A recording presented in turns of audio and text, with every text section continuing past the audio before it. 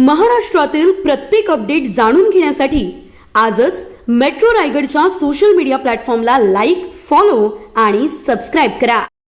अलिबाग जिल्हा रुग्णालयातील 2022 मधील नवजात बालकाच्या मृत्यू प्रकरणी महत्त्वाची कारवाई करण्यात आली आहे.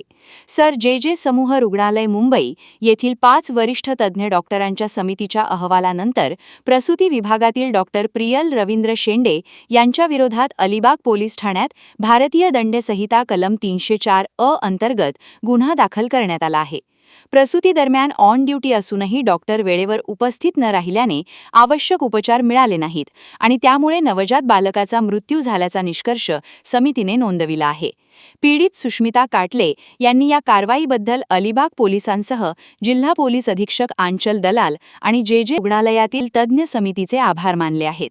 दरम्यान गुन्हा दाखल होऊनही संबंधित डॉक्टरांना अद्याप अटक न झाल्याने प्रश्नचिन्ह उपस्थित होत असून वैद्यकीय निष्काळजीपणाच्या प्रकरणात कठोर कारवाईची मागणी पुन्हा जोर धरत आहे. मी सुष्मिता रुपेश काटले, राहणार बेलोशी. मी 2022 साली गरोदर होती. तर मला 14 मे 2022 रोजी डिलिव्हरीसाठी सिव्हिल हॉस्पिटल अलिबाग येथे ॲडमिट करण्यात आले होते. 15 तारखेला सकाळी मला लेबर रूमला घेण्यात आले तेव्हा डॉक्टर प्रियल शेंडे तिथे हजर नव्हत्या. माझी डिलिव्हरी ही नर्स लोकांनी केली. त्यात माझं बाळ दगावलं आणि प्रियल शेंडे त्याच्यानंतर तिथे हजर राहिल्या. त्यांच्याच हलगर्जीपणामुळे आणि निष्काळजीपणामुळे मी माझं बाळ गमावलं. खरं तर अलिबाग पोलीस स्टेशनचं या ताईंच्या वतीने, दादांच्या वतीने मी आभार मानतो. कारण पोलिसांनी त्या गुन्ह्याच्या तपासात अतिशय खूप मेहनत घेतलेली आहे.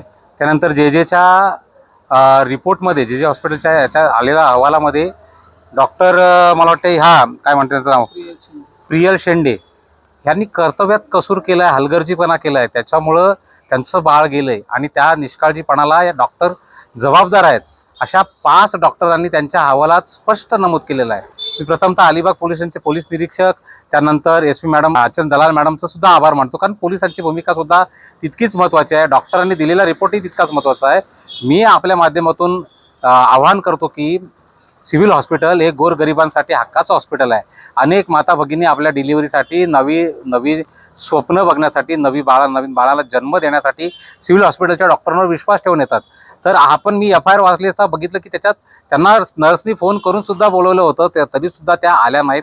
त्या न आल्यामुळे त्यांना आज बाळ गमावं लागतंय. मी तर सरकारला हीच विनंती, रायगड जिल्हा हा डेव्हलपमेंटमध्ये, अलिबाग तालुका विकासाच्या दृष्टीने सोन्याची कोंबडी, अंडी देणारी कोंबडी तुम्ही जर बघत असाल तर या सिव्हिल हॉस्पिटलकडे बघणं गरजेचं आहे. कित्येक मातांना मुलं गमावी लागतात. आज रुपेशभाई किंवा ताईंच्यामुळं त्यांनी तक्रार केली म्हणून हे प्रकरण आजपर्यंत उघडकीस आलं, सगळं प्रयत्न केल्यामुळं. पण ज्या आदिवासी भगिनींची मुलं दगावली जातात त्यांना न्याय कोण देईल? माझी विनंती आहे की नुसती FIR दाखल करून, गुन्हे दाखल करून काही उपयोग होणार नाही. अशा डॉक्टरांच्यावर त्यांची सनद रद्द करणं गरजेचं आहे आणि अशा डॉक्टरांना डॉक्टरकी प्रॅक्टिसमधून हद्दपार करणं गरजेचं आहे. कारण का गेलेलं मूल परत तुम्ही आणून देणार आहात का? तर सदरच्या याच्यावर लवकरात लवकर त्यांना अटक करावी, त्यांचं लायसन्स रद्द करावं. इथल्या स्थानिक आमदारांना, इथल्या जिल्हा प्रशासनांना, कलेक्टरांना माझी विनंती आहे की सिव्हिल हॉस्पिटलकडं आपण जातीने लक्ष द्यावं. विकासाचा मुद्दा म्हणून अलिबागकडे बघू नये किंवा विकासाची अंडी देणारी कोंबडी म्हणून अलिबागकडे बघू नये. सिव्हिल हॉस्पिटलकडे आपण तातडीने बघावं आणि ज्या मातांना अशी मुलं गमवावी लागतात त्या डॉक्टरांना तात्काळ सस्पेंड करणं ही सुद्धा मागणी गरजेची आहे.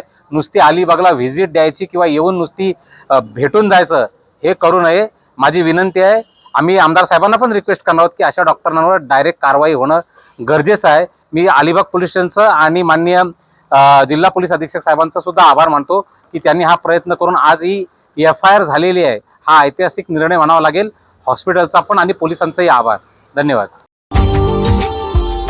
Subscribe now and press the bell icon. Never miss an update.